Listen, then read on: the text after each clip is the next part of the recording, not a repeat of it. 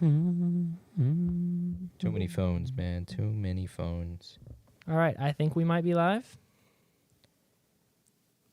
Whenever someone wants to I'm checking now. appreciate it. Yeah, it says live. Does it look good and sound good? Can we get a sound check? Oh, yeah, that sounds great. Way All right. too many phones. All right, we're good to go.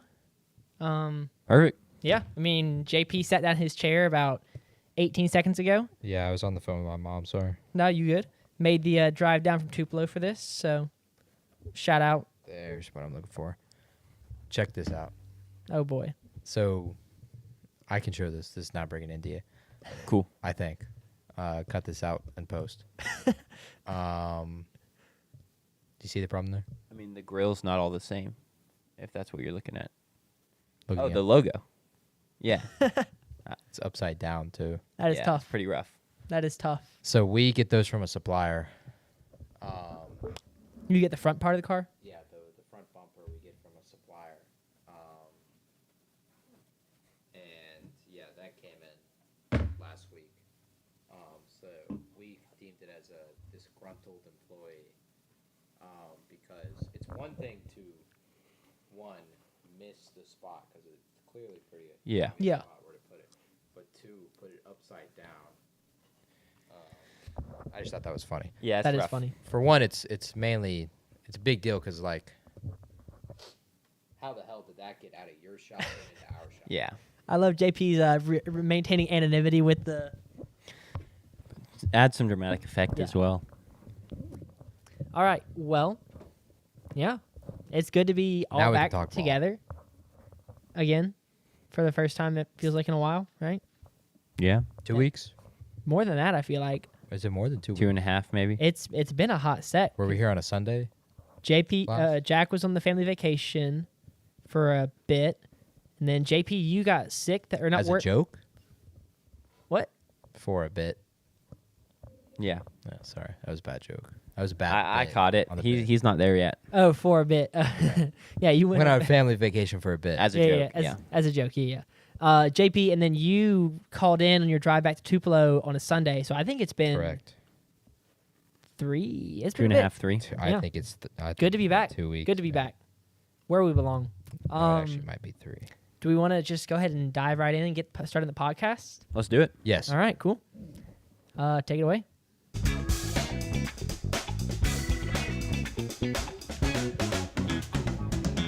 What is up, guys? Welcome back to Technical Foul. It feels very good for all three of us to be back in the studio after a bit of a break with people traveling and whatnot. So call-ins, Discord episodes, you name it. I don't know. It's better when all three of us are at the desk. But anyway, thanks for joining us. You're here as always with me, Jack Anderson, and JP Pusilowski, and Sanders Oakley. Sanders, how's your day been? Pretty good. Ordered a new computer today because this one has been struggling for the last month and a half, and that was both exciting but also terrifying because computers are expensive. Yeah. But I'm excited. I think that this next one is going to be really good. I can't wait to see what I can do with it and stuff like that. So play games on it too. You know, the fun stuff, not just the work stuff. The important stuff. Yeah, Some R- the some important R6, things. you know. Like right now, this is not a. It's dropping a frame every couple seconds, which is a little frustrating because I do not know why. But yeah, other than that, I'm really excited. I hope that I'm going to be really sad if the computer doesn't fix the problem because I kind of am working on the assumption now that I've done everything I can. But other than that, it's been a good day. Went to the gym, restarted my summer gym arc after Massive. going one day a couple weeks ago and then getting busy. So It happens. yeah, I don't even remember what happened. Oh, yeah, it was just I went home for a week and didn't do anything. So, yeah. Sick. JP, you talked a little bit right before we started the podcast about your week or your day. Other than that, how has your week been since we spoke to you on the phone on Sunday? It's been good. NBA Finals game was good. Obviously, the U.S. Open was terrific, even though that was during the pod. But it's been good. I just been doing work, and that's about all I can still say about work. Fair. Outside of work, the lake house is beautiful. The view is beautiful. There's so many random dogs. Dogs? Dogs, yes. Okay. When I got home yesterday, I opened the door to my truck, and there's a dog just sitting there Comes up to sniff you. I heard about Yes. this from Abby last night. and just looks at me. I guess it thought it knew me. I think it's the dog that lives in the house. I don't know. I never heard about it from my landlord. So, yeah, I get out of the car. The dog realizes that it doesn't know me, and it walks off. And then last night at like 9:30, I go out to my car to get something for my truck, and I open the door to the suite or the house, whatever you want to call it, and there's a dog sitting next to my truck. And as soon as I open the door, boom, just runs off into the night because we're at a lake. There's no street lights. Yeah, or anything. it's It is dark. dark out there, and I was like, was that a coyote? Because it was like a big dog. Yeah. And then this morning, at like 5 a.m., dogs just start barking all up and down the street. And when I drive out at like 6, apparently 2 dogs were out of their like cage or something, and were walking around to all the other dogs and like essentially like teasing them, making fun of them. This little squad. Yeah, exactly. It was 2 tiny little dogs. Tiny dogs are the worst. But so. yeah, there's so many dogs over there by the lake. It's crazy. And these dogs are just half the time they're walking down the road, and there's the roads to get to my house. They're windy and tight, and there's a lot of blind spots. So prayers up that I Don't hit hit a a dog over the course of the next 2 months. Yep. But that's really kind of like the big story that's been going on All the so dogs. far in the lake house. I'm glad the new digs are nice and the Wi-Fi is better. The as we've Wi-Fi already is talked much about, better. so Yes. huge for the program. But yeah, not that y'all have asked, but my Oh, week's been yeah. pretty good. Been pretty chill at work. Watched Fallout, the Fallout show this week, and just kind of got me excited. I don't know, it's a good show. So I downloaded the game. I've been playing some of the game this week, and it's been fun. Besides that, moving into the new place still. Yeah. Talking Yeah. about tiny dogs. The apartment right below us has a tiny dog. And when we go down the stairs to the parking lot, that apartment has a window right at the bottom of the stairs. So as you're coming to go up the stairs or coming down the stairs, you'll be walking, and then the dog will just leap into the window and start yapping at full force. And if you're not ready for it, it's a jump scare, That's despite funny. this dog being, I don't know, 6 or 7 pounds. And Yeah. it's a little white yappy crusty dog. Like, what can you expect? Vicious dog. Yeah, I Brutal mean, dog. it would tear your face off. Easily. That's funny. I might end up. Y'all are in the district, right? Yeah, I might end up being in the district. We'll huge. see. Neighbors. I'm working that out right now. It's an interesting area. Just kind of driving back through there the past couple days, I've not realized how many apartments are crammed back there. Yeah. And how different all of them are. It's an eclectic group, but I don't know. I'm excited for it. So Is everything okay over there, man? Yeah, it's just he's just looking at the drop frames. Yeah. There's nothing we can do to fix it now. Yep, nothing so. we can do to fix it. The computer comes Saturday. What about so the camera? the camera is not the problem. It is my computer, I believe. Okay. It's the CPU. So Heard. I will say the episode I filmed on my phone had 0 drop frames. yeah, I don't know why it's only started doing this recently, but not a lot I can do to fix it right now. Fair. Well, But on Sunday's show, it should be fixed Bet. because the new computer gets here Saturday, and I may be staying up all night Saturday night getting it set up and everything. It shouldn't take that long actually, but And we move in a month? yeah. Yeah. Okay, cool. Should I wait and unveil the new computer? Should we just do all the new things at once on one day? I think the computer's essential. So. No, I would do the computer. I agree. But I have been we- cooking up some new graphics. I've been teaching myself Adobe Photoshop.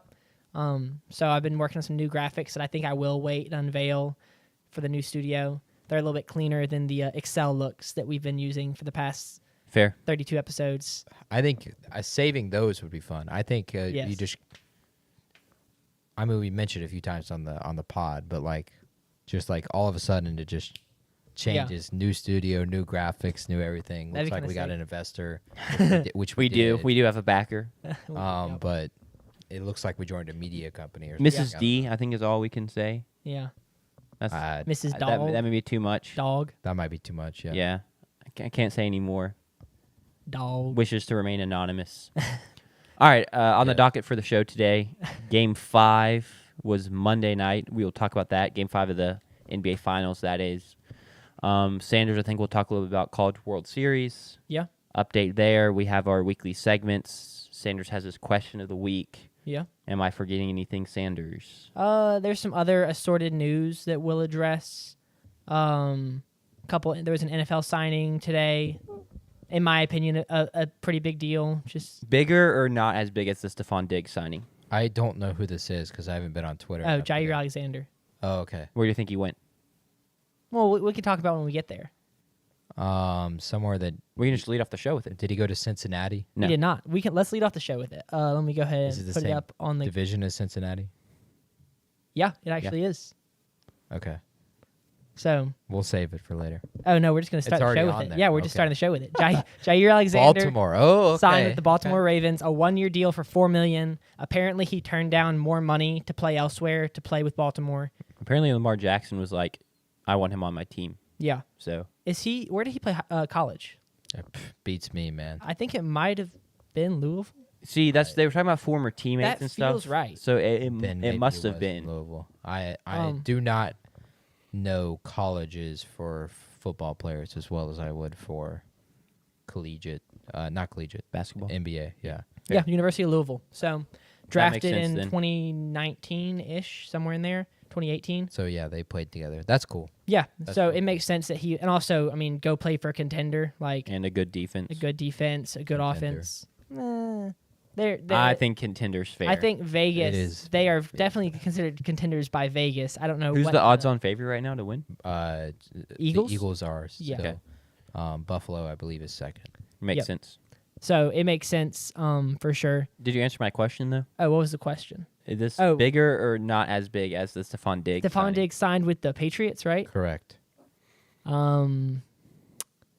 I think Stephon Diggs will have more impact on the Patriots than Jair Alexander will on the Baltimore Ravens, because wide receivers are more influential to the outcome of football games than quarterbacks are. I disagree.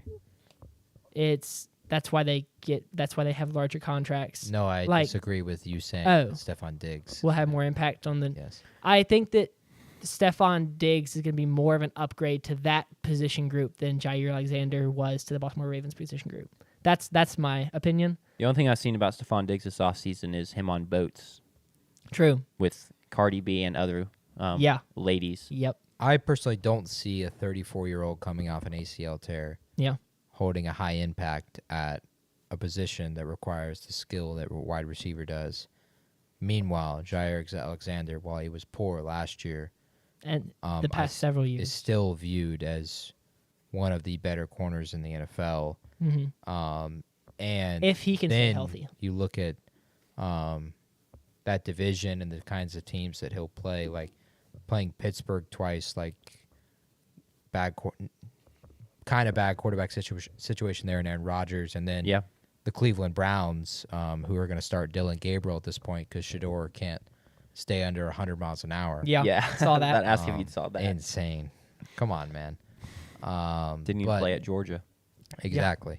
No, I think Jair has more to give than Stephon does this season. Yeah. But I don't think it's necessarily a bad take to say they both won't have as much impact as the name suggests. Yeah. I just think Jair is going to have more. Yeah. Jair is also coming off of injuries. Mm-hmm. He's been hurt the past couple of years. I was looking back at like his stats and his PFF grades. I remember I worked at summer camp in the summer of 2021 after my freshman year, and one of my co-counselors was a Green Bay fan, I believe, and he was talking about how excited he was for this like Jair Alexander kid, this young guy who's going to be really good, and just has not been good since that. Like he was really good he's been good, but like his second or third year, he was the best quarterback in the league, and people were like, "Wow, this guy's about to just like dominate offenses for years," and has not played at that level since then. Yeah. You get 2 years as a Which is quarterback, man. interesting. You really do. I mean, we're kind of seeing it from other guys right now. Tariq Woolen at the Seahawks had I think his rookie year was insane and just hasn't really been at that level. Christian Gonzalez, before his injury his rookie year, was really good and has not been the same. He's going to be good this year, though.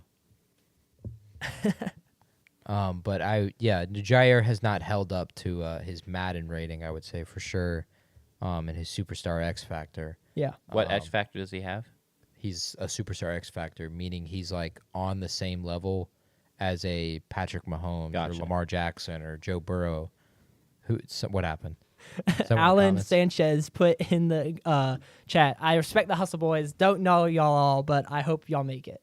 I appreciate. There's an expletive in there There's as well. some others. He said he said some other stuff. I- But shout out Alan. New Appreciate it. favorite viewer, new favorite I watcher, flipping Wow. appreciate that. Alan Wow. Sanchez. What? Immediately your favorite viewer? That's crazy. I mean, that's respect right there. I don't Yeah. mind that. I don't. I don't know. I feel like that's a little disrespectful to the day ones, but I mean, what? They'll understand. I don't know. That's kind of Clifton left me first, okay? Did Clifton leave you? Yeah, he said I don't remember what I said. I think I dogged on some game or something. Who knows? Catan or something. And Catan? Catan, whatever. And he came at me and said I was Yeah. no longer his favorite. Yeah. So I don't know who is then, because it's definitely not me. Given that I said the Padres were created in congrats, JP, I guess, by default. yeah. Mm-hmm. So that's the Jair Alexander news. We will hit that a lot harder, I'm sure, later in the summer when we do our NFL I can't wait. predictions, breakdowns. We're all that getting pretty stuff. close. That spreadsheet it's cool. NBA Finals is Just has wrapping to put up. all the info in there. Yeah. Yeah. Are we going to start like as soon as the NBA Finals finish? I mean, pretty darn close. 'Cause We'll have nothing what else to are talk we gonna about. Yeah. Okay, the draft is in a week. Yeah. Yeah. Are you doing that today? No. No, that's Okay. that That's needs to be saved. Sunday. Sunday Assuming that that you're this doing- the series is over, I will be having. It will be. I will be doing a mock lottery You heard it here first. The NBA season ends Thursday. on Thursday. All right. Anything else you want to add in there? No. We can move along. What's up next? College World Series update. I don't have a graphic for that. Well, you just take it away, Sanders. Not game 5. Game 5. Do you want to? I'm making him wait. Okay, Oh, who? You or me? Him. Yeah. Okay. fine by me. College World Series is moving along. Jack is looking very good, and I am looking not. You trusted Arkansas, so I did. That was my first mistake. Was picking Arkansas. It was mistake number 1, and then mistake number 2. I'm not even gonna complain about. Like they just Oregon State ran into the buzzsaw that is Coastal Carolina. 26 straight wins for the Chanticleers, It's kind of insane. which is nuts in any sport, no matter who you're playing, but especially baseball. I mean, they are now the team that I'm rooting for. Because I will not root for LSU because I don't want them to have another championship. That'd be 2 since the last one. I mean, at this won. point, you're rooting for Coastal, Arkansas, or LSU. So I Yeah. feel like there's a pretty clear choice here. Yeah, because would it be better for me if Arkansas won? Because then at least I had my runner-up one. Is that better for my? Definitely not. How is that not better? I think that's worse because you said they were good enough to get there, but they're not good enough to win. I disagree because then I said a team that wasn't good enough to get there won it. I think it's better. There's the same kind of disagreement happening right now with the Indiana Pacers and first things first. Chris Broussard picked the Thunder before the NBA Finals, but said he was going to root for the Pacers. Then, after the Pacers won Game 3, he picked the Pacers to win the series, Yeah. and now he's flipped his pick again. Yeah, you Wow. just can't flip that many times. I don't think you can necessarily be proud or like flip and cheer for Yeah. your runner-up. I mean, is you, what I'm you trying can to say. flip in the sense of like I think it's objectively, different here's when who you he pick thinks your is going to runner- win. It's different when you pick your runner-up out of a group of 8 as opposed to out of a group of 2. Picking your runner-up out of a group of 2 is Sure. not the same thing as picking them out of a group of 8. And you can flip who you think's going to win. You can't try and act like you got it right. I agree. Yeah. I don't think like March Madness. I think is an example where you can do that because it's 64 teams. Yeah. And so picking a runner-up is like I think that's like okay, that's actually like Yeah. hey, you may know ball, although it's all luck based for the most part. But in this case, I think 8 is not a big enough number What, 8's not a big enough number to be significant? try and cheer for your runner-up so you could be more correct. But like my champion's already out, so like I'd rather have my runner-up win it than. But that runner-up is Arkansas. No, I don't actually want Arkansas to win. Arkansas has a 50% I'm chance. cheering for the Chanticleers. I'm cheering for Arkansas Probably tonight. less. Well, yeah, they have to beat LSU twice. Cheering for so Arkansas probably less. tonight to like go through LSU's pitching so that Coastal Carolina has the best chance come Thursday. Saturday. Saturday, thank you. Thursday is the potential game. Mm-hmm. So, yeah, it's been really good so far. Haven't got to watch all of it, but I've got to watch a lot of it. It's just so fun. I don't know. Baseball is just easier to watch in the background than basketball, in my opinion. This is true. I hope we reach Omaha. Have you ever been to Omaha? I have not. I hope we do soon because it is an awesome experience to go to. I've been there twice. When we won the national championship and then we lost in the national finals to UCLA. Is that 2013? That was 2012 or 2013, somewhere around there. But Omaha is an awesome experience. It is a great town for a college baseball tournament. The fans really show up really well. The ballpark is great. What I've loved so far is the higher production on collegiate baseball because it's better cameras, better microphones, better announcers. I think it's like finally like put kind of the impact on how important the games are that are occurring, which you don't get when you watch it on SEC Network Plus or something like that. So that is really cool to see. Like I wish more games were on ESPN and even ABC to an extent with higher production. Not where they're on ESPN, but they still use the same cameras that we use here. Like I wish, because when ABC comes and does a game in Davis Wade, it's higher production than it is when SEC Network does it. Yeah. I wish that was something that happened more in college baseball. It's just a resources thing. Yeah, and there's no reason to. Yeah, like that's just it. It's not probably ever going to happen, unfortunately. I mean, it might the floor may rise a little bit over as time continues, but we're never going to be. It's not like even all the SEC ballparks are going to have the same level of production that Omaha does. It's just not really feasible. Unfortunately, but it's been awesome. Yeah. I mean, at least the odds are pretty good that y'all will go back sometime soon. Also, how much bigger than a normal college baseball park is the Omaha baseball park? I mean, I don't know dimensions, but it plays massive. It feels like it's like you're defending like 3 baseball fields. It's not a hitter's ballpark. It is not by any means. And it's hitting so a fun. home run there that should be held to like a way higher regard. It's like hitting a home run at Camden Yards. Although the pre fence move in. Pre-fence move in, yes. Like that's how it feels. It's not the same distance in feet, but for collegiate baseball players, that's how it feels. And that doesn't get enough shine, in my opinion. When I was there, and like when Kellum Clark hits his home run to right field in Game 3, that ball flies a far away and a lot further than it does when it flies to the plaza. Yeah. Out in right field at the Dude. So it is a bigger ballpark, not a hitter's ballpark. SEC Birmingham is also the same way, right? I have no clue. To be honest. I went there last year, and it was also a large ballpark. I don't know if it's as big as Charles Schwab. Yeah, but it's pretty big. I think it's also just made bigger because of the production and like you've got the panorama view cameras and the pressure. It's so fun. It's awesome. We have a message from across the pond from Mont. Oh boy. He says that your runner-up comment is crazy work. So he disagrees with what's my runner-up stance about you get credit for your runner-up and you should root for him. See, I genuinely cannot fathom why it's weird that if you pick a champion and then you said the second best team, the runner-up, like why is it crazy to want that team that you picked as second best to win it? I'm just saying, like, for example, I'm riding high, right? I picked Coastal Carolina versus LSU in the finals. It's looking pretty sweet. But if LSU doesn't win, then I just feel like a bozo because, like, I should have picked Coastal Carolina. I was right there. Yeah. Yeah. I feel that. Okay, yeah, that's fair. And almost, especially since, like, I kind of wanted to pick Coastal Carolina from a, like, fan standpoint, but I tried to be objective and listen to my mind, and maybe that was wrong. You'll feel good, like, if LSU were to win tonight, and then, yeah. If I'm nervous, honestly. LSU were to beat Coastal, then, you don't feel as good anymore. I feel great if LSU does, because I picked LSU. Okay, never mind. Yeah, if Coastal beats LSU, I don't feel great. Yeah, it's tough. You'll feel good after tonight or tomorrow, potentially, but not on Monday. I enjoyed the Louisville-Oregon State game last night because both teams decided to not play defense in the That was inning. insane. Yeah, that was a tough inning of baseball to watch. Shortstop Olays, the 6-4-3 double play ball. That game felt like it went on forever. It kind of did. So did it not? Because I walked into the cafeteria. I don't remember what. I think it was at lunch, which is 11, or so for me. That was And 11. then when I had already left work, the game still hadn't ended.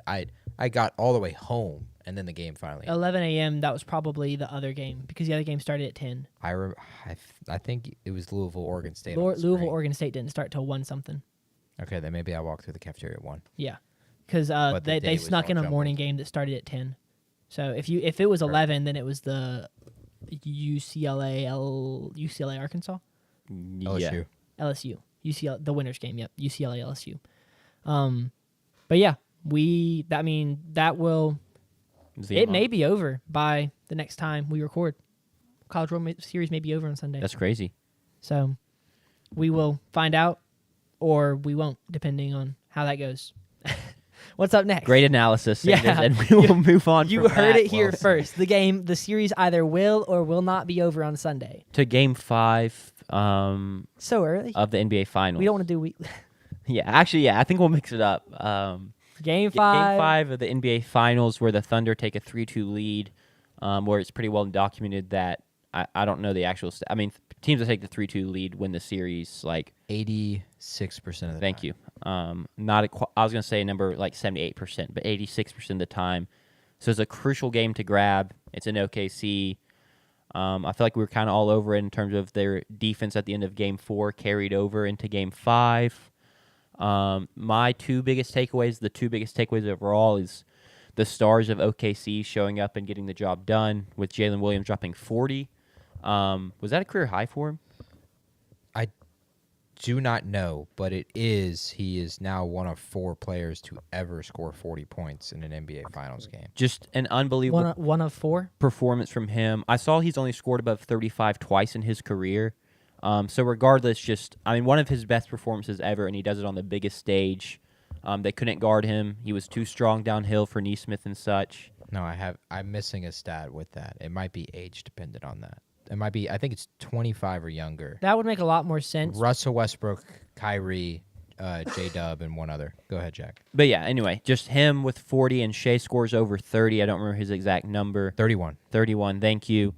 It was just too much for Indiana. And then the other big storyline is the disappearance of Tyrese Halliburton, which he's pretty clearly injured, which then the debate comes up of, at that point, how much you hold him responsible, because if you're playing while injured, there's still some onus on you to play well, right?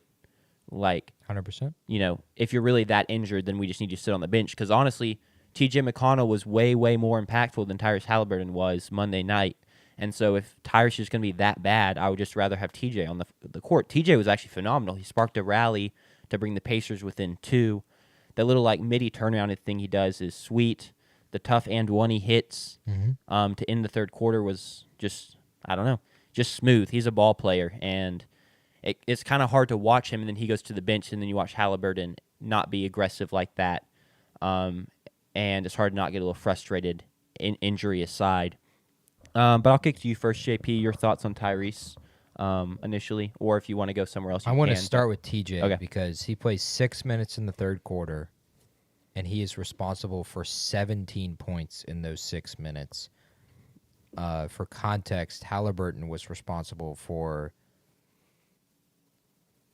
I believe, 18 or 19 points the entire game. Yeah. So 6 minutes in the third quarter versus 34 minutes for Tyrese. Tyrese didn't hit a field goal. That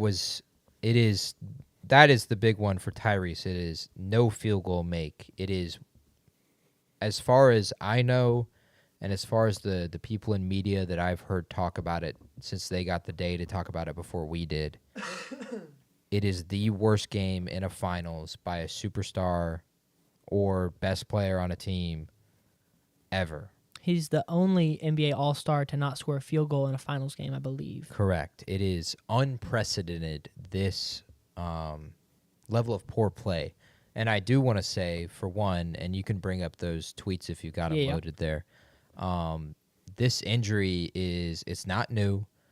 Very trusted source, Dr. Brian Suterer, YouTube sports doctor, who is very, very good at his job. He's the best guy on social media for this. He reported this. It was obviously reported by Shams before Game 3 that Tyrese was dealing with, quote, a little lower leg thing. lower leg thing, which is Thanks, a Shams. brilliant Shams. description. Well, that's probably what he got, and he just direct quoted it. But obviously, Dr. Brian Suter points out that that's not tape for an ankle injury. This is a potential tape for an Achilles injury, which in turn is a left calf injury, which is exactly what happened to him. So I do want to say, first of all, like, this injury is not new to Tyrese in this series. I would assume it's not new to him throughout the postseason. And for me, that does not excuse, because of that, it does not excuse his poor play and having the worst game in the finals for the best player on the team ever. And I get it that, like, injuries can get worse, and he clearly aggravated it during the game. But if that's the case, like, it still doesn't matter. You cannot attempt 6 shots. I don't care if you're a pass first point guard. You cannot attempt 6 shots as the best player on a team. And I do want to say that even with his injury, the way he played in Game 5 was, outside of the spurt at the end of Game 1 and the good Game 3, exactly how he played the entire series. Sure. Lethargic, not looking to score, passing too much, not being aggressive, not looking for his moment, just taking what the defense gave him, which has been pass the ball the entire time. And so I don't feel like we can just say, okay, he was hurt, because he played like this. He's played like this the entire series. And credit to OKC. They have taken away some things from him and not allowed him to get easy baskets. But I do think what the injury hurt him a ton was it took away his best move, which is just blow by the guy and get to the rim. Yeah. He clearly was not at the speed that he needed to be to get past OKC defenders in Game 5, which takes away his ability to get to the rim and get easy layups.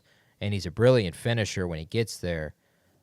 And since that was taken away, everything that is a part of his game is taken away, because he doesn't have a go-to shot. No. He literally does not have a go-to shot whatsoever. He likes to do the step-back 3, but it's almost like he's a rec player that likes to do the step-back 3 because Luka and Jalen Brunson and all those guys do it. It's not his move. It's not his move. It looks love cool to do a step-back 3 instead of just a standstill 3 over the top of the guy. Yeah. That's how it feels when you watch Tyrese do that.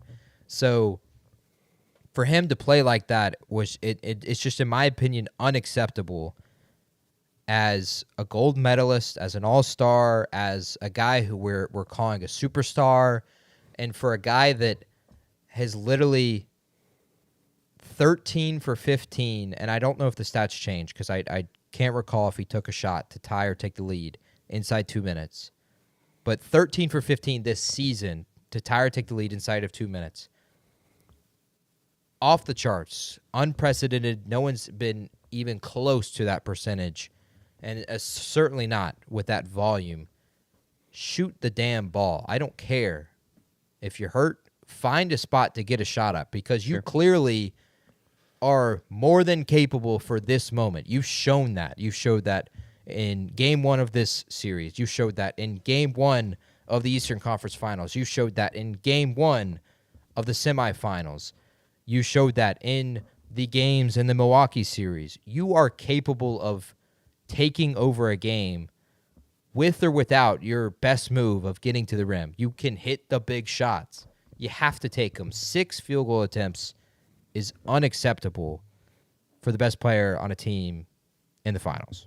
Yeah, I mean, 2 things I'll add on / just kind of reinforce. You threw out the word superstar a lot, which I think is fair for Tyrese Halliburton. But it's just like, if you want to be considered a superstar, there's kind of a higher set of standards where you don't really get the injury pass, right? Superstars don't get the injury pass. If you're out there playing, you have to play well. And the second point is, especially second half of Game 5, I saw a guy who didn't really look like he wanted the ball, or didn't talk about, he can hit the big shot. Someone that didn't want to take the big shots. To me, it looked like he passed up a couple open threes and would just kind of swing it to Siakam in the corner or Nembhard in the corner. And he wasn't even kicking or swinging to someone more open. They were someone was already on them. He just ESPN did not literally want the ball. ESPN had 40 seconds of B-roll of him doing exactly Yeah. that, of just passing it when he got it on the perimeter. And I think that's my biggest annoyance is, like, if you are that guy that we've said you are, and I personally think he is, you have to take control. You have to be the best player on your team because you are in the finals. And the mentality required to be that kind of player just wasn't there in Game 5, and that's what really frustrates me. So, anything you want to add? Did you watch that game, Sanders? I did, and yeah, it was a very passive Indiana offense, I felt like. So I would agree with that kind of stuff. Which, I mean, we've talked a lot about the Pacers' offense, and a lot of it is, I mean, the Thunder's played a phenomenal defensive game, and especially with the fact that Tyrese doesn't want to take these shots, I think it makes it even easier to play in his passing lanes and take away his passing options, which is really his best weapon. But they jumped multiple passing lanes of his. There were a couple times him and Nimhard, weren't on the same page, or him and Neesmith. I forget whoever threw the ball back court on the Case and Wallace fast break layup. But basically, Halliburton tried to cut up court, and they just threw it backwards, stuff like that. But, I mean, OKC was just up all in their face on Monday. And that does make it very difficult, but you still have to be better. I mean, the starting backcourt combined for 11 points for the Pacers. Yeah, OKC's defense, you started with it when we first started talking about Game 5, was the difference in the game. I obviously, J-Dub and Shea were brilliant, but Indiana turns it over 22 times. One thing we talked about after Game 4, predicting Game 5, was I felt that there just wasn't something that Indiana could do to set the tone outside of just shoot the ball well in the first quarter. I felt that OKC could immediately just push the pressure on them, and they did that. They hold Indiana to 22 points in the first quarter, and they're able to do that again in the fourth quarter. The big difference between this one and Game 1, which was the reason Indiana didn't make the comeback that they did in Game 1, because remember, this is a 2-point game at a pivotal part in Game 5, and then OKC makes the run, and they're up by 15 or so. It's the points off turnovers. OKC, I believe, I think it was 11 in Game 1. Here in Game 5, they had 32.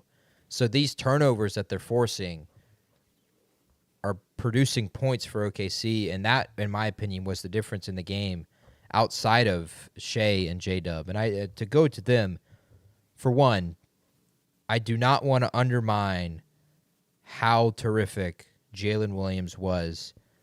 And he was asked about this in the post-game press conference. He was basically asked, do you feel like this game is a game that is going to be remembered forever? And is this something you're always going to look back on? And his answer was he felt that in this moment in time, it was just another game. Mm-hmm. And that maybe in a couple years, I'll look back on and think, yeah, that was pretty damn cool. And for one, holy crap, that is so cool. You just scored, for two, you scored 40 points in a finals game under the age of 25. Only 4 guys have ever done that ever. 40 points in a finals game is remarkable. It is to give context for NBA history and for context of the NBA.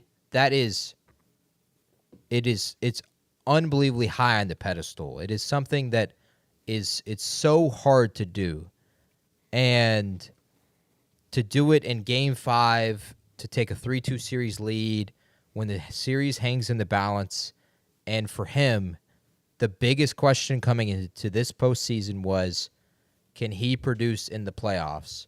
Because he was terrible last postseason. He averages 17 a game. He's a large reason they lose the Dallas series to Luka. He was terrific in Game 5, and he was also terrific in Game 7 against Denver, and terrific in Game 4 against Minnesota.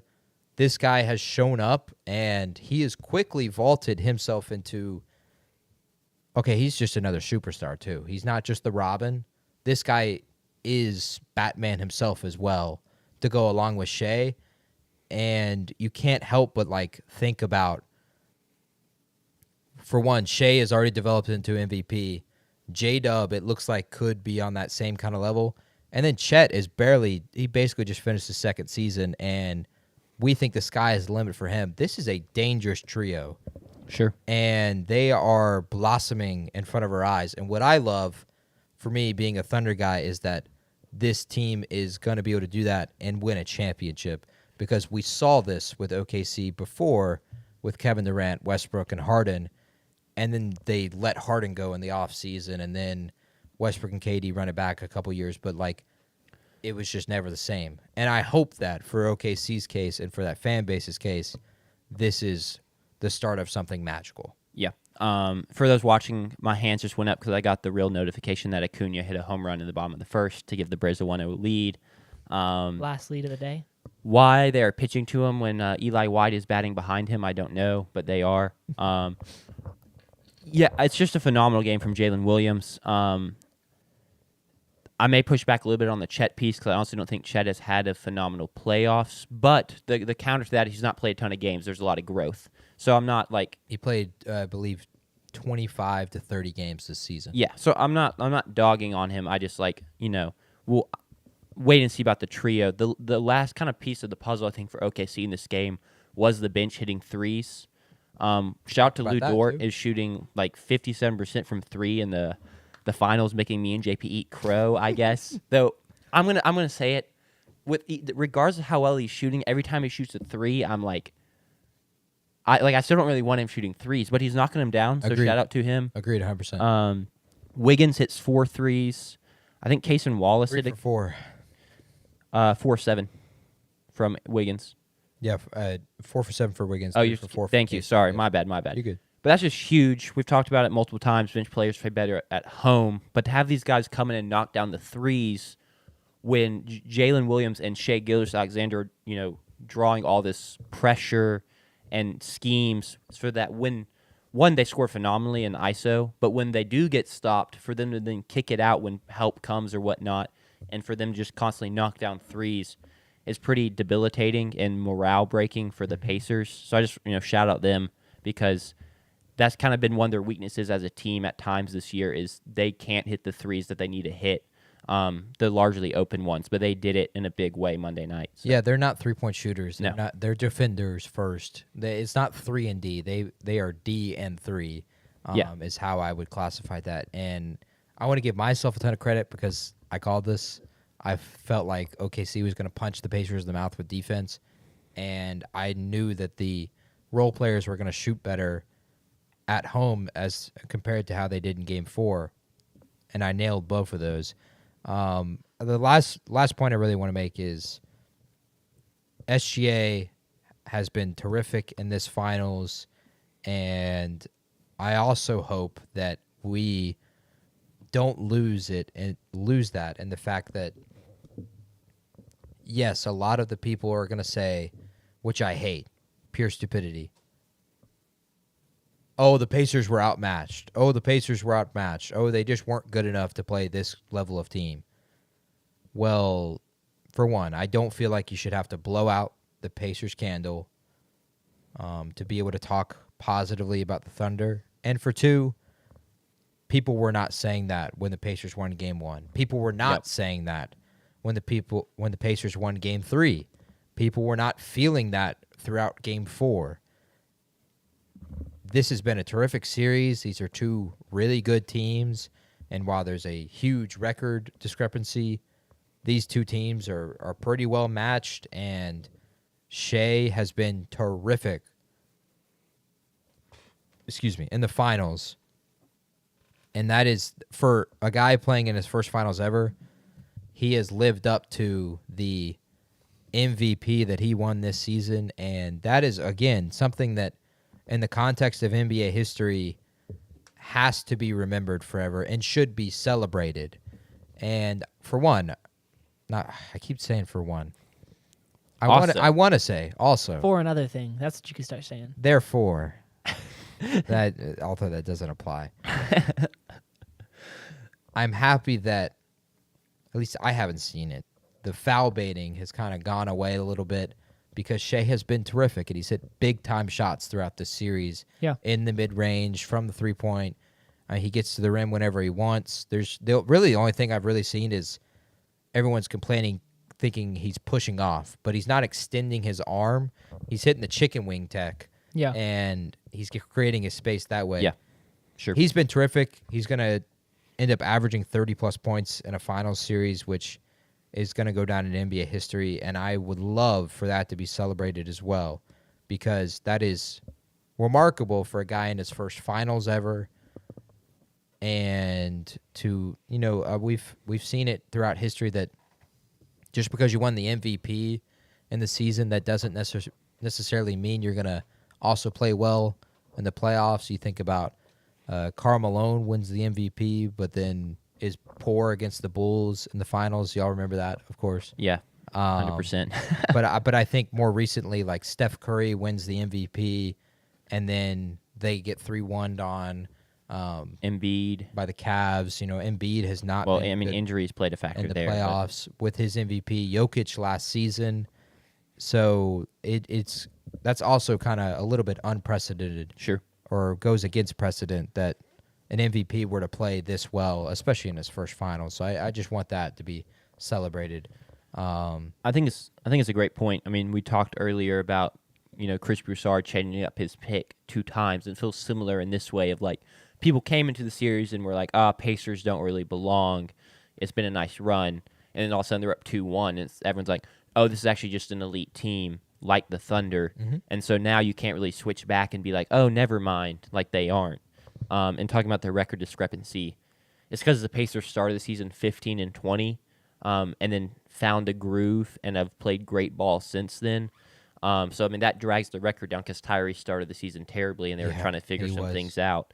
But since they've hit their stride, they've been ratings wise, they've been a top elite team in the league. So I agree. It's I don't know. I always want to be the person that celebrates the winners more than I dog on the losers, right? Because it's so hard to win the NBA Finals. I don't care really who you played, to be honest. You got there, you got it done, and that should be celebrated. So, yeah. We can predict Game 6, but I do also want to say, good call. Again, this is now every single playoff series Tyrese Halliburton has played in, he's had a single-digit scoring game.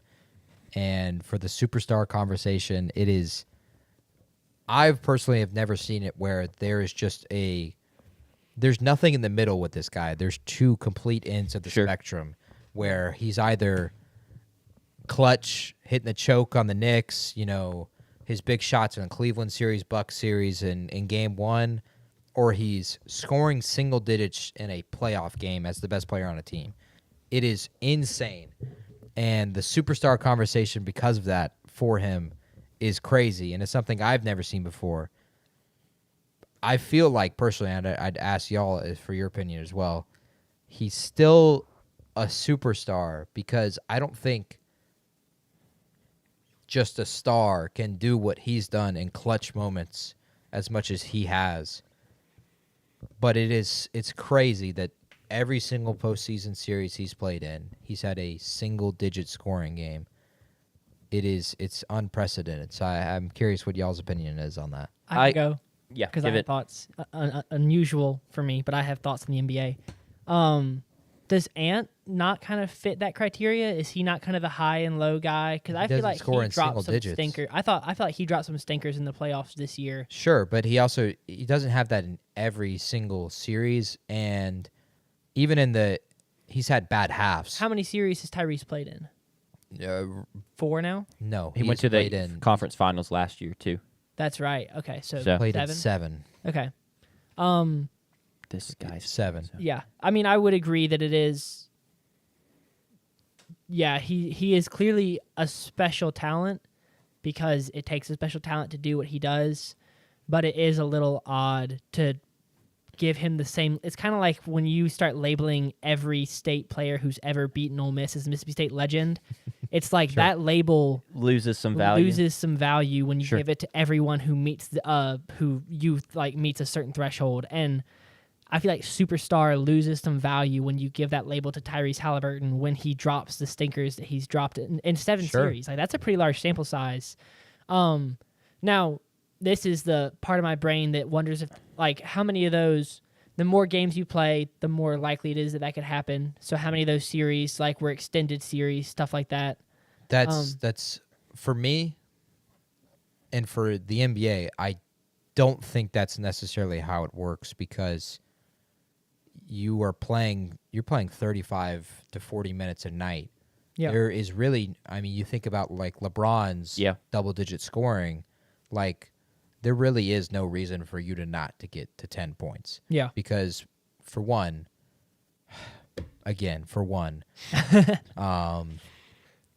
with the way the NBA plays right now, and especially for the Pacers at the pace that they play, You can get your shots if you want them. you're scoring 125 points a game and a night in a game, 125 points. You can get 10 of those. Yeah. Like, there's no reason for you to not. You can get to the looks. And you're going to probably get 4 to 6 on the free throw line every Yes, night. You're going to get exactly. halfway there from that alone. It is a lot like the NFL with the pass interference and everything favoring the offense. So I don't think the law of averages plays out here where it's like, oh, he's due for a clunker, because that's just not how. Like, LeBron has one ever, and it was in his first finals against the Mavs. And outside of that, his double-digit regular season scoring record is off the charts. So for a superstar, which you don't see him as a superstar, maybe that can apply a little bit. Yeah. But I don't think the law of averages would apply. I think I don't know what I would label him as. I would label him as fun to watch. A star? Electric. Is he at least a star? Yeah. And maybe if the tier list where you've got like the S tier, A tier, like Sure. people make like Is he B tier? No. He's probably the top of A tier. Okay. Sure. Yeah, that's probably what I would say there. I view him as a superstar, and my reasoning is I don't think it's an entirely stats based slash like fair. objective category. They're talking about Ant. Yeah. Some wow factor and aura, if you want to call it, goes into it. Absolutely. And he has that with all the big shots he's hit this playoffs. Yeah. And so to me, it's like I have to give him that nod because of what he's done. Yeah. In that regard. I think I'm gonna change my answer actually. 'Cause Sure. Thinking about like. That's exactly. Yeah. That's what I'm saying. It's a tough decision because you think about he's had one in every series this postseason. Yeah. Game 1, big shot. Game 1 of the Eastern Conference Finals, big shot, hits the choke, wins it in overtime. Game 1 of the Cleveland series, they make the big 8-point comeback. He hits the shot we watched. Yeah.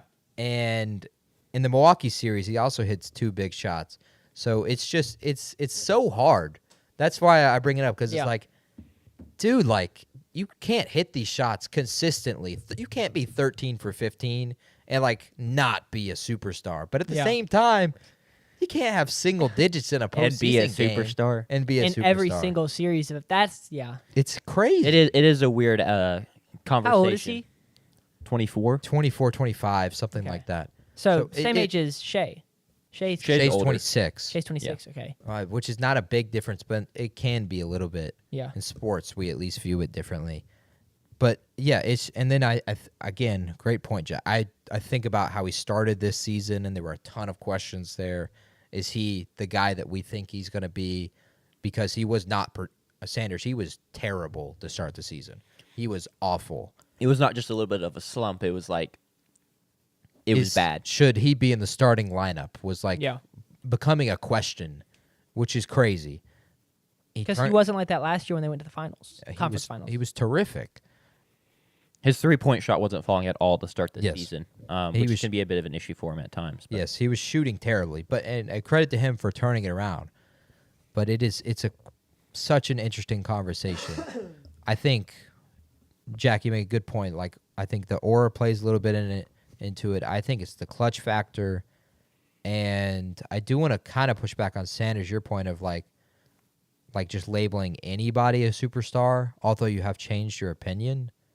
I feel like he is like among that list, because for superstar, I feel like it is like top 15 players in the NBA. I think half of the teams in the NBA have a superstar, because that's how damn talented that league is. Yeah. They need expansion badly because of it. we're gonna get it. So And I hope we get it.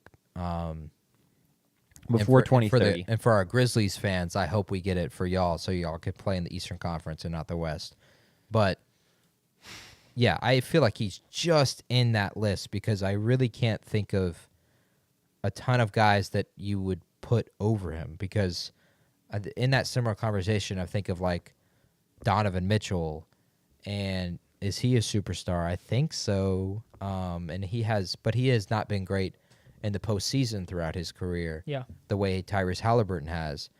It is such an interesting conversation, and it's something that it's why I brought it up. Yeah. I've never really felt this way about a specific player where I'm like, I watch one game in a series, like if you just watched game 1 of the Eastern Conference Finals or even game 1 of this series, yeah, that's a superstar. Yeah. Like, come on now. You don't hit the choke. You don't hit the Reggie Miller choke in the Garden Yeah. if you're not a superstar. And then you watch game 5 and you're like, I mean, we were saying it. This guy stinks. Yeah. So it's crazy. And clip that. Put that on YouTube. That entire conversation we just Well, it's had. probably going to go into the NBA Finals discussion. Clip it as his own thing. Oh boy, I got to go back and find Is Tyrese where Halliburton the a breakup superstar? is. Oh, that's a good title. All right. Exactly. He's all over it. He has it locked and loaded. Now we can predict game 6. I got Oh, Thunder. so I'm supposed to cut it out and then crop these two together. Hey, that's a We can just this this doesn't have to go. This game. Oh gosh, now we're going to minute 40 of NBA talk, and I thought we were wrapping up 15 minutes ago. It happens. I have Thunder winning this game. I think I probably have them winning regardless. I know it's in Indianapolis, but in light of Tyrese's injury / his kind of subpar play this finals, I just feel like OKC smells blood in the water, and that's not good news for a team playing OKC. I think it'll be more of the same. Great defense, Shea and J-Dub getting it done. So I got OKC in 6. I will be picking the Pacers because I think the benefits of picking them to win and being right outweigh the negatives of picking. You're fading, basically. Yeah, like, okay, so what? If the Thunder win and I was wrong, like, who cares? But if I keep picking the Pacers and they do this, like, come on. Sure. Turn up. We know what JP's picking. He Yeah. already told us. So Yes, I'm picking OKC, but I feel part of it's fandom at this point, but I feel more nervous about game 6 than I thought I was going to, even with the Tyrese Halliburton injury. I think keys to the game, like the Thunder are not going to get the same shooting performance they got out of their role players. At the same time, though, I don't expect them to only hit 3 threes as a team. yeah, So I expect some middle ground there. But the Thunder are going to need Chet, which Chet hasn't done it the entire postseason. So let's not call Chet. They're going to need J-Dub to play excellent again. He's going to have to score 25-plus again. Shea's going to have to get his usual 30. And then they need another guy to have at least double-digit scoring because I think we'll get another good Caruso game here. I would hope so because he was not really great in Game 5. The role players were playing too well for him to, like Casey Moss and Aaron Wiggins were shooting too well for them to really give Caruso all of that run. On the Sure. Pacers side, if they're going to win this, like, for one, I think Halliburton does have to play because he's good enough passing. I don't think he has to be aggressive even with the injury. But I think you've got to find some spots. And then you're going to have to get, obviously, good minutes out of TJ McConnell because Halliburton's down a little bit. But someone is going to have to produce on top of Siakam being good. And it was something in Game 5, like, they were essentially asking Obi Toppin to be like Naz Reid. And they kind of have this entire series where it's like Obi Toppin is like kind of like our second option to score outside of Siakam in a lot of like clutch minutes, which for me, super surprising. Did not expect that to be the way this series has played out. But that's how it was in Game 5. Like Obi Toppin was shooting like, and he has throughout. In Game 4, he hits big threes. In Game 3, he did too. But he's been shooting a ton of threes in big moments. So they're going to need Obi Toppin to be good in those big moments as well. That's going to be an interesting question. They're going to rely on their home crowd a ton. They're going to play with a ton of desperation. Now, they do have an advantage there where they haven't used their desperation game yet. True. They have not used it yet, unless you want to say Game 1 was, but they didn't play Game 1 like it was. So I think I think it's a coin flip, which is crazy. That's not how I felt after Game 5. But now that I've sat here and thought on it, which is what I love about the finals, some people hate the days in between, but the days in between get you thinking about so much more and diving so much deeper. I think there's a chance the Pacers win this, but give me the Thunder. All right. I like it. Well, clip after it. that 45-minute discussion about the NBA finals, we finally get to move on. Weekly segments. Yes. You just gonna start with cock of the walk? Yeah, we can start with cock of the walk. Bit of an unorthodox cock of the walk here. My cock of the walk is Sophie Cunningham Bang. of the Indiana Fever, and here's why. It's been a kind of a theme the past 2 years, especially this year in the WNBA, of the refs not really knowing how to control the game, and players just kind of getting away with blatant shoves and whatnot, or player A shoves player B falls over, doesn't really retaliate, both get techs, right? Happened in the Fever game that I'm referencing here. Yep. Happens a lot to Caitlin Clark, but just in general, we've seen a lot of WNBA players get injured because the refs are just letting the girls play to a way too extreme extent. Specifically with Caitlin Clark, though, I've kind of been tired of her getting pushed and shoved around with no reaction, because that's your superstar, right? Mm-hmm. That's a top player in the league. She's supposed to run this league in a couple years. She almost does it now, right? She's a huge ratings boost, yada, yada, yada. But she'll get knocked to the ground. There's no help from the officials, and there's not really much backing it from the teammates. Mm-mm. It was a big problem last season. Yeah. Last year was worse. Well, here's what I'm going to say. Sophie Cunningham comes through and after that happens, decides to run a girl down and basically tackle her to the floor. She was, And then gets up, pulling on her hair. And I don't remember exactly what she says anymore, but it's a pretty clear, like, this is what you get for messing with my girl and my teammate. she basically tried to hit the guillotine as she pulled her down. It was crazy. It was a UFC move. Yeah. So I love to see it, because if the officials aren't going to officiate the game It's kind and of like, protect players, someone's on the team has to do it. And doesn't so hockey have like players whose designation is you are the fighter? I'd assume so. I feel like I've heard like they'll put in substitutes. And it's like your Basketball- job is just to like hurt that guy so that like he's limping for the rest of the game. there's a reason James Johnson is on the Indiana Pacers bench. NBA has that for sure. We need to start doing that in angle ball. Can you imagine? Like, Dude, if I'm that's just fire. trash talking Sanders one game and then I'm just like, get him. you just point to like Jonathan Shelton or something. He just runs me over. I'm down. That would be hilarious, I think, personally. But no, shout out Sophie, because that was a huge problem last season for the Fever. Was I'll never. Caitlin Clark was getting abused. The one where Kennedy Carter,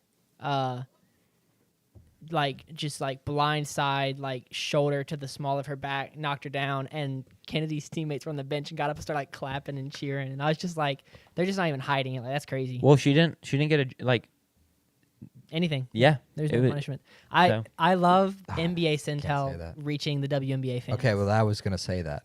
Oh, Well, we have. I was gonna talk about the. NBA they'll, players. They'll be like She was fine. fined $83 $4.78 No, but I for love pulling it. someone's hair, and everyone is like, "What is this? This is sexist." And then everyone else is like, "But this is." We have the WNBA players came to Brinks podcast. yeah, Her they- and Kelsey Plum and Brianna Stewart. I think we're talking about I it. can't remember. Maybe not Brianna Stewart. One of the other older WNBA players, kind of the old generation at this point. Mm-hmm. And they're like, we love it because at this point it's like we're no longer the butt of the joke. We're like in Part on of the it, joke yeah. because that's the thing with Centel is Centel doesn't discriminate. They'll call it LeBron. They'll go after Anthony Edwards. It doesn't matter who. Doc If they can Rivers. make a joke, they're gonna make a joke, and that's all that Doc is Rivers, really man. is. Yeah. He's making a joke at someone's expense, but he does it with everyone.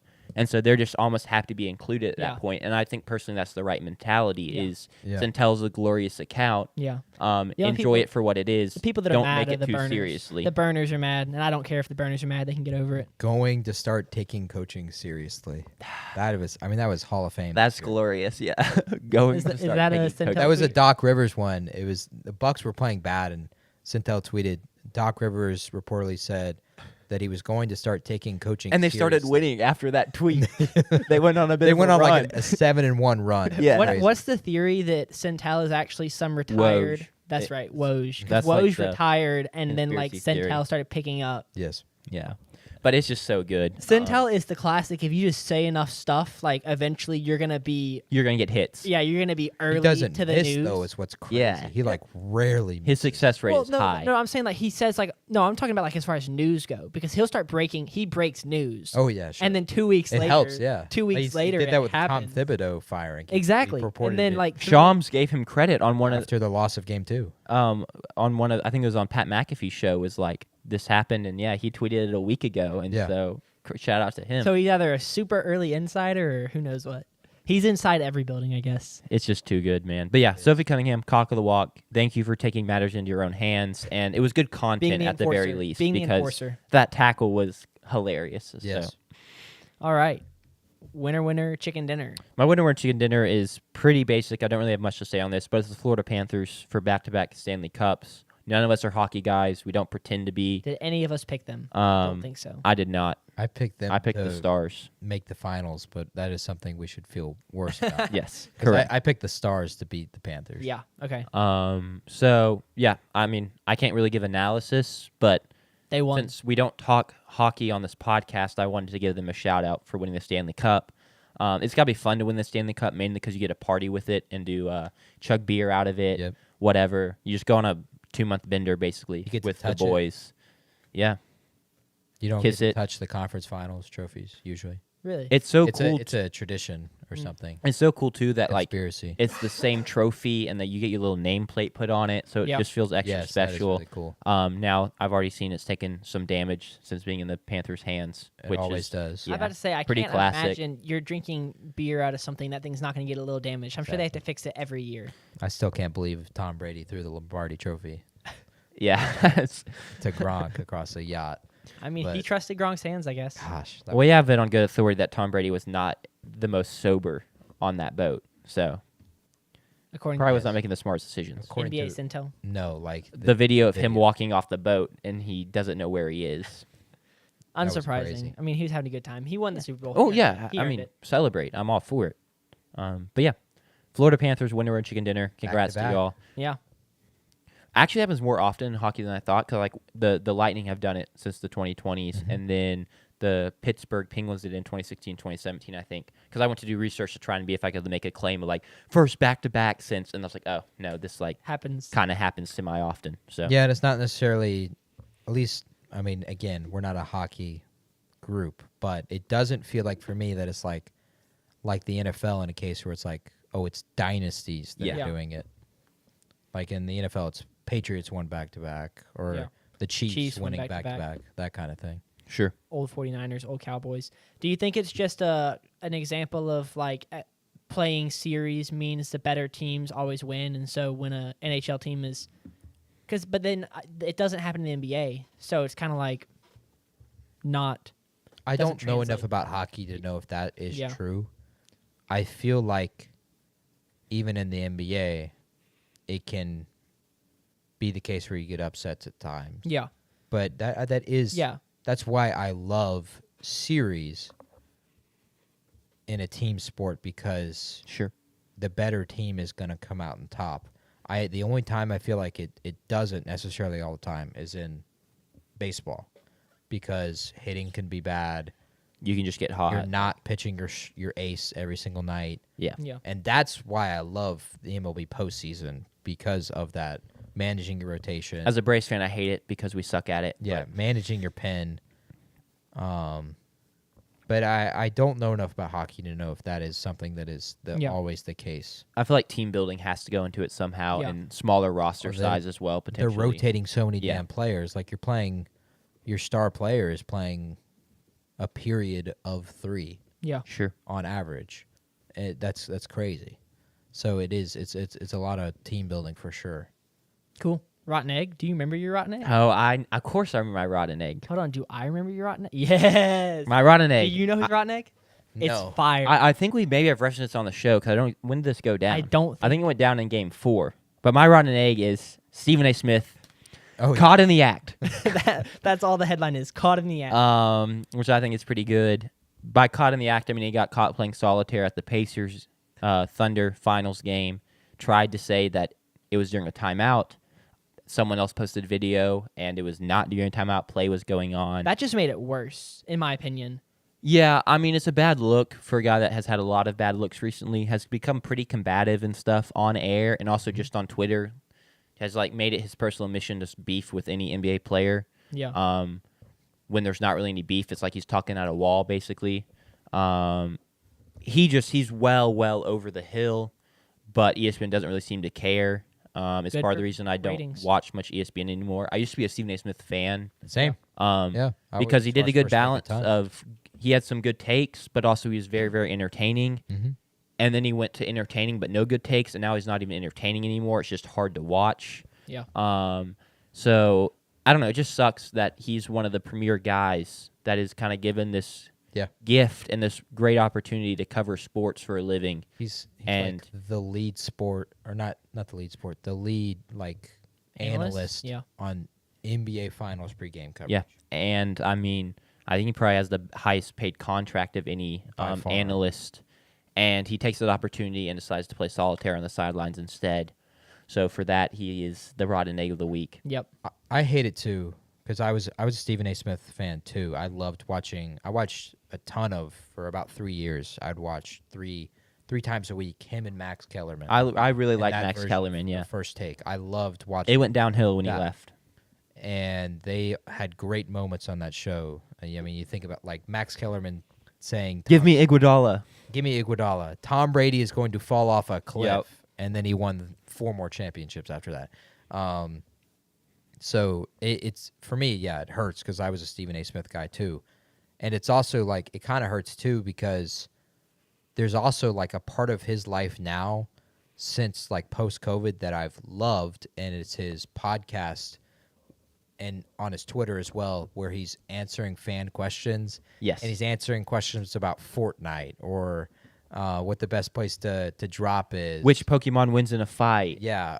He was on, the classic moment with Ocho Cinco. Oh God. We're not talking about We don't that. have to talk about that, but like that's hilarious. I forgot that was a Stephen A. Smith show. I think it was on Ocho Cinco's pod. That but makes more Stephen A. sense. was on it. And then he also answered the question from Barry, which got popular on ESPN that day of if you clog a toilet at someone's house and there's no plunger in there, what do you do?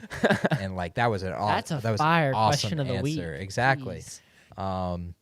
He needs to stop doing mainstream stuff and being on national television. Yes. Because I agree, some of that stuff is still funny. I love so much of that, but outside of that, he's been awful. Yeah. He's been. It feels like because partially it's because he is First Take. That is his show. Yeah. Has been his show for a while. On First Take, it is almost like most of it's I'm seeing clips, so there could be out of context, but I don't feel like it is. It feels like he is taking that power and using it against whoever is with him, and he's not respecting the opinions of the guy who is across the table from them. Completely In agree. a lot of cases, Or even Molly. yes, in a lot of cases, I agree. In a lot of cases, it is a voice that like knows what they're talking about. J.J. Redick, for instance, before he was the Lakers head coach, there are a ton of those moments. Jay Williams, and then even some of the NFL guys as well. It feels like he's just, oh, you don't know what you're talking about. You can't disagree with my opinion, kind of thing, and that sucks. Today he was awful. They spent today talking about Ja Morant and his beef with Ja Morant and about how Memphis is an awful city. And it's, for the Memphis fans or the Memphis watchers, like, it's terrible. Yeah. Like, he's out here treating it like it's Fox News and bringing up crime statistics on First Take, on ESPN. That's It's crazy. just terrible. So, And talking about the guests, this is why you have guys like the Morris twins joining now, who also are a bit of clowns and aren't really good with the media, and just Kendrick Perkins. Kendrick Perkins. Like we've lost all reputable guests, and they just are finding people to kind of fit the Stephen A. Smith mold of just kind of spewing nonsense. Yeah. I wasn't sure what show this was. Steve Palazzolo retweeted something I thought was funny. It's a screenshot of Get Up Did you see this tweet? And they're talking about what is Dak Prescott's legacy right now, and The it's day like, after a finals game. yeah, it's like really like, but it wasn't Stephen A. Smith, so it's not super relevant. It's just funny to be like, what are we doing? Like, Yeah. Yeah, we say all that to say a well-deserved rotten egg for Stephen A. Smith. very true. That was Completely you cooked agree. with that one. It was hard to find, but I think it's time for question of the week. and I cannot wait. So this is questions mainly going to be shifted to you, JP. I'll let you ask the question, Yeah, yeah. obviously, No, but I you do want to preface preface it a little it. Go bit for it. because Sanders has already asked me this question, so I already know some about it. Okay. But also, this is glorious because No, don't do me like we get to dog on a PFF list that is terrible, and Sanders finally admits it. His golden goose, PFF, has Yep. made a big mistake with this list, and so I can't wait for you to react and kind of see it unfold for what it is. Okay, JP, I'm going to share a screenshot with you that is just the tiers. Well, I hope I am. I sent it to Jack. Let me pull that up. Yeah, don't goof and send him the full list. Yeah. So basically, PFF posted a list of all of D1 projected starting quarterbacks. I just sent it in technical foul. And I'm going to put it on the screen for everybody. So over there on the right side of the screen those are the tiers. Tier 1 is who will be college football's next star. Then below that is smaller sample but flashes of brilliance. Below that is great rushers, better passing needed, don't sleep on, need to see more in 2025, long shots and lower rated vets, and then lastly, freshmen / not enough FBS snaps. There are some wild names in places you would not expect. My personal favorite, I don't know how to. Question of the week: who do you think is my favorite name in Tier 1? I think you just ask him who the Tier 1 guys are. Yeah, okay, let's do that. Who are the Tier 1 guys? DJ Lagway. Hold on, let me pull up. He is the not, from my memory. There's 7 of them, I believe. He will be because Florida is going to be on television so much this year. Well, that's part of this list is a little inconsistent on going between projection and also like Yeah, I previous actually don't think it is. stats. I think, let me pull it back. It's a PFF article. I can pull up the actual This is article. also kind of my opinion as an answer too, Well, yeah. more so than it is who's on that. DJ Lago is one of the first names I threw out as someone I expected to be in the top tier. So I really don't think it's a projection at all because if you look, this is what it's going off of, is this chart, which I don't have on screen, unfortunately. It's just weird then the preface says like next breakout star Yeah. / like we need to see more da. But anyway, DJ Lagway's Tier 2. Smaller sample, but okay, that kind of makes sense. Yeah. But this is going down, like in terms of like Yeah, top good? tiers at the top. So Tier Okay, 1 okay. is who will be college football's next star. Okay. So DJ Lagway is Tier 2, smaller sample, but flashes of brilliance. Dante Moore, quarterback, Oregon. No, he is Tier 6. Long shots and lower rated vets, which is He should be higher. insane. see, he either needs to be higher or he needs to be in the lowest tier of just not enough snaps. Correct. Because if you think about it, I'm fine to say, hey, we don't have a big enough sample size if you're going on stats and stick them in tier 7. let me so these guys are graded on a axis, and it's on the bottom on the x-axis is drop back since 2022, and on the y-axis is PFF wins above average since 2022. So I think that's probably why Dante Moore, he's pretty low in the bottom left. You can't have that many dropbacks. Due in part because Well, he his has played a full experience at season at UCLA, he was yeah, not good his that's freshman right. year Oh, at no, UCLA. not I at all. forgot about that. He was not. So his But only he was a freshman. his only field experience, he wasn't good. He was a true freshman. Yeah. Correct. So he is in Playing tier in a 6. good pack. He should move up to like don't Yes. sleep on or Yes. more to need more to see, something Yeah. like that. I'm super high on him because I have him in my keeper league. I still You're have just mine- drinking the I still Oregon have mine- Kool-Aid. These are guys I have on next star too, by the way. Yeah. yeah. Well, that's what we asked you, so I'd hope. We'll do our own rankings at some point. Where is he's not on my next star, but is Marcel Reed on this list? A&M, he is tier 3? Great rushers, but better 6. passing. Tier 6. Long shots, lower. See, rated that's vets. all right. Okay. Is John Mateer on this list? John Mateer at Oklahoma is tier 4. Don't sleep on. Did Blake Shapen make the list just for joke? He did. Where do you think he is? Long shots and lower ridge vets. No. He's higher. Mm-hmm. Holy crud! What? This is my, yeah. I mean, we can sleep on Blake Shapen. He's higher. What? He's higher than don't sleep on. He's not even known for a rusher. although he has some great runs. But he puts himself in hard rides. Is he on tier 3? Higher. No, he's higher. This is when we knew that JP, Blake Shapen is tier 1. All right. Who will be college football's next star? Blake Shapen, ladies and gentlemen. It took me so long to get that Dear name. God, I hope so. I mean, I'm down for it. Let me just throw some other names out there. Yeah, at this point, I don't even know what to say anymore. Just Yeah, list I mean it, man. that's I'm not gonna list all whatever 60 names, but Cade Klubnik is tier 1. Sam Levitt, Sure. Noah Fafita, Luke Altmaier, a former state guy at Illinois, is tier 1. is tier 1. See, this is why I don't like PFS because they only look at stats. Yeah, Which, I mean, part is like I have to respect it that they are just like that dedicated, but they don't add any necessarily context or anything. It's purely their Yeah. stats and their metrics. yeah, Altmaier is a game manager, and that's it. All right, star. yeah. I don't know. I'm not even sure how to read this chart because Diego Pavia is one of the best guys according to this, and he is in tier 3. See, that's why I'm like, I don't think it can be just solely based off that chart. There has to be some sort of projection or something in Yeah. there. A K. Where's means- Bryce? Is Bryce Underwood on freshman tier 7? Yes. Yes. Okay. Yes. Yeah. No. Tier 1. Here, let me see, Making sure we if have I can some pick out any other consistency names here. that I like think is kind of crazy. I'm kind of surprised Sellers is in tier 4. I'm a little Carson- surprised he's not Carson higher. Beck. Um, Carson Beck Who's is the tier Louisville 1. quarterback? Louisville is the transfer from USC, right? Miller Moss. Miller Moss. Oh yeah, that's right. Okay. Which that is a pretty big top tier, to be fair. Still crazy that Yeah. Who's Altmaier and were they? who's The Tennessee quarterback, UCLA guy? anyone know Jay this guy's Hoover. first name? Jay Hoover out of Jake. My guess would be Jack. Oh, I was going to go Because- Jake. It's definitely Jake.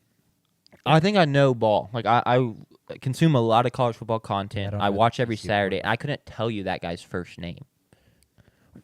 Rocco Beck, like I don't know. I mean, we'd only know Luke Altmaier. Look at because he Carson played Beck. here. What an inspiration. Tier 1. But yeah, Is Colorado starting quarterback not going to be the freshman? that guy is. No, they're gonna start Salter? Sater? Yeah, they're K. gonna start Salter? the Liberty transfer for sure. Okay, Yeah. cool. I would personally. Yeah, this, I don't know why, but for some I reason would not this throw the chart true has freshman out there as Dion's. This chart has Nico as tier 1 at Tennessee and Joey Aguilar tier 3 as UCLA. Okay, so they just haven't. they haven't switched it, Okay, like- I was gonna say why is the Tennessee? Yeah, they have not updated the logos. Which, yeah, I don't know. Oh, that is Nico in tier 1 is college football's next star. like Shapen in tier 1, man. Yeah, Luke Altmaier in tier 1. yeah. Oh yeah, I can. That's Let me crazy. send you. I can send you the actual chart now. Wait, That's crazy. I'll send you the tweet. It was it. I mean, it's just something to look at. It is very amusing. So what do you have to say about PFF? Actually, I'm gonna go retweet this. As I'm not signing this technical foul. I'm gonna send it to JP. Or I'm gonna send it to PFF. I just want to know how you made this chart because it just doesn't sit right. Concur. That's just long shots and lower rated vets. I just Lenore Sellers is on Don't Sleep On. Yes, that's Yeah. one thing. I feel like he should isn't be he a higher. Heisman? He's a top 10 Heisman front runner, right? No one's sleeping on him. He's a first round pick right now. Yeah. And then Arch, but like Arch Manning is smaller sample but flashes of brilliance. I feel like we've had other guys. You go- Is there any way you can go back to the graph? Yeah. Let me go back to the article. Because they have Nico Iamaliava in the top tier, and so I'm trying to like. Here, let me. And I'm just like, he didn't I'm have a gonna good passing repost season. this. So If any of our 2 viewers are interested in following along, I apologize. This has been a very just the 3 of us vibing, and you can't see what's happening. Here, I can put the list up. I forgot I had the list. My bad, team. There's the list so that all of you can see. I also just reposted it on my Twitter, Sanders_Oakley. If you go to it and then look at the first comment, it's the article by PFF. That's what we're Huge. looking at, and they have a graph. So that's the graph. I mean, Nico's wins above average is above the median. Yeah. And he hasn't had tons of dropbacks. So I get the volume's not like he's North Carolina got the South Alabama quarterback. Okay, here's what I don't understand. Gio Lopez. Yeah, I guess. That's cool. It looks like largely they Really just took cool. the guys with the highest wins above average and put them in the top tier, right? Uh-huh. Except then like guys like Preston Stone. Pavia. Diego Pavia. and Diego Pavia got dropped. For what reason, I don't know. Especially because Diego Pavia, maybe because they've got so many dropbacks, like maybe, but Cade Klubnik and Carson Beck are also there. Yeah, I feel like the wins above average also just helps Zach get rid of it. But I don't know. Calzada has a ton of snaps. Why is he on not enough snaps? Does he not have enough snaps? Yeah, that's a good question. He really needs to be. I guess Calzada. they were like he needs to be in the bottom tier. Where Sure. is Calzada even on here? He's Kentucky. Yeah, I just Bottom. Oh. We're looking on the your graph. list. Like, he may not be on the because he's been playing in FCS ball at Incarnate Word. okay. So they don't have his they don't have his data. Interesting. That's interesting. Yeah, I don't know. Maybe that's why he doesn't have enough snaps. I can't say I like really love this list Yeah. at all. I've seen too many people low on Gunnar Stockton, to be honest. Really? That's fair. Wow, my voice just cracked. So like why? So He was great in this why is championship. Rocco Becht getting put in the top tier over someone like Diego Pavia when he also has a lot of snaps? Or and Tim has Green lower. at Arkansas. Yeah, I don't know. And I'm gonna stop trying to make hasn't sense beat of the. Alabama. I'm gonna stop trying to make sense of the list because I just don't think that That's really impressive. happens. Yeah. I That's thought a thought graphic. you'd find that amusing. That is wow. Yeah. So Blake Shape. Blake hope so. Blake Shapen stands out a lot as a tier 1 guy, a future college football star. And I will say this, Blake Shapen, when he was healthy, I believe He is a fine led the quarterback. SEC Like in passing yards through the first 3 weeks. I just don't think that earns you the label college football's next star. Especially not when you've been hurt like and I think how he's is he? played 5 24, years. 23, 24? Like He's in his last season. Yeah. But, I mean, he didn't have. Again, we only won 2 games. Correct. But he didn't have a marquee win either. didn't really have a lot of opportunity. He almost doesn't count, but second half of that Arizona State game, he almost had a marquee comeback, which doesn't matter. But he played well in the second half of that game against a playoff team. Crazy's out. Calzada doesn't have Sure. enough snaps, but Arch Manning has enough snaps to be in tier 2. Yeah. That's crazy. It's just, All right, I'm ready, man. you ready to be done? I think Yes. Is that it? Yeah, I mean that's all we have. So Cool. I mean, shout out PFF for a really fun list to talk about. and shout out Alan Sanchez. Shout out Alan Sanchez. Agreed.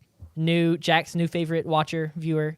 Shout out fans of college football for retweeting that for me because that was amusing. That's just a good list. It's a list. It is one of the lists. It's one all of the time. lists. That's exactly. I think I'm gonna go home and look at this list some more tonight and just stare at it and try and figure out. Good what luck. Your happened. brain We may can make our explode. own. We will make our own. I think I might go home and make my own. I'll make the tier list thing. The Bet. S tier, A tier, B tier. All right. You want to wrap it up, Jack? I think we're done. Yeah. If you've made it this far, thanks for listening. Means a lot as always. We will be back for y'all next Sunday, breaking down the final NBA playoff game, some mock draft stuff, hopefully from And maybe the NBA, the final baseball game. maybe You the don't know. final baseball game. or the second and third games. We'll see. But yeah, thanks for tuning in, and we'll see y'all next time.